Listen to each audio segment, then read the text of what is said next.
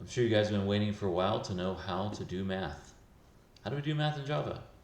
Well, we do arithmetic operations, and we do that just basically by performing calculations with values and programs. The operand is a value used on either side of an operator, and a couple of things to note. If we do integer division, the the division returns an integer. So let me give you an example of that. I'll just tell you. If I say in Java 5 divided by 2, it's going to return 2. It won't return 2.5, it'll return 2. So if you've been using Python in the past, you'll know that Python 3 allows you to do integer division and returns a floating point. Like 5 divided by 2 is 2.5. Java still works with integer division equals integers. So sometimes you'll be running a program and the fractional part of the result is lost. You won't know what happened. It's likely because you did integer division. Right, so here we have some examples of that. In this case, 45 plus 2, the result is 47. 45 minus 2, the result is 43. 45 times 2, the result is 90. If I do 45.0, which is now a double, divided by a 2, I do get a decimal. But if I do 45 divided by 2, I get a 22 because the decimal part is lost. It doesn't round, it just drops the decimal off. Now finally, there's an operand you may not be familiar with, but it's the modulus operator, or the remainder operator, and that just returns the remainder of integer division.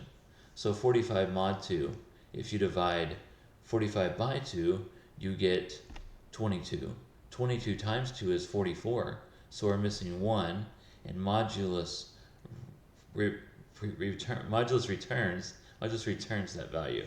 So 45 mod 2 is going to be 1, because 45 divided by 2 is 22, with the remainder of 1. Remember that the operator precedence is important. I showed that to you in concatenation quite a bit, but know that multiplication and division happen first. I'm sorry, multiplication, division, and modulo happen first, then addition and subtraction. So know that if it's multiplication and division, multiplication doesn't happen before division, they happen at the same level. So if I have like 5 times 2 divided by 3, it's going to go left to right. Alright, and so make sure that you avoid unnecessary repetition of arithmetic statements. You can see in this example we have hours times rate happening more than once. So we can efficiently pull this into its own variable and then use that variable within the program. I think I told you guys before I would talk about magic numbers a little bit. Magic numbers are numbers that appear in code that have no real meaning to the user. If we can take the numbers we're using and give them meaning by naming them in variable names, it may take a little extra time, but it'll make it more meaningful. Alright, integer values are exact. Floating point numbers frequently are only approximations. We've referenced pi before. That's always an approximation.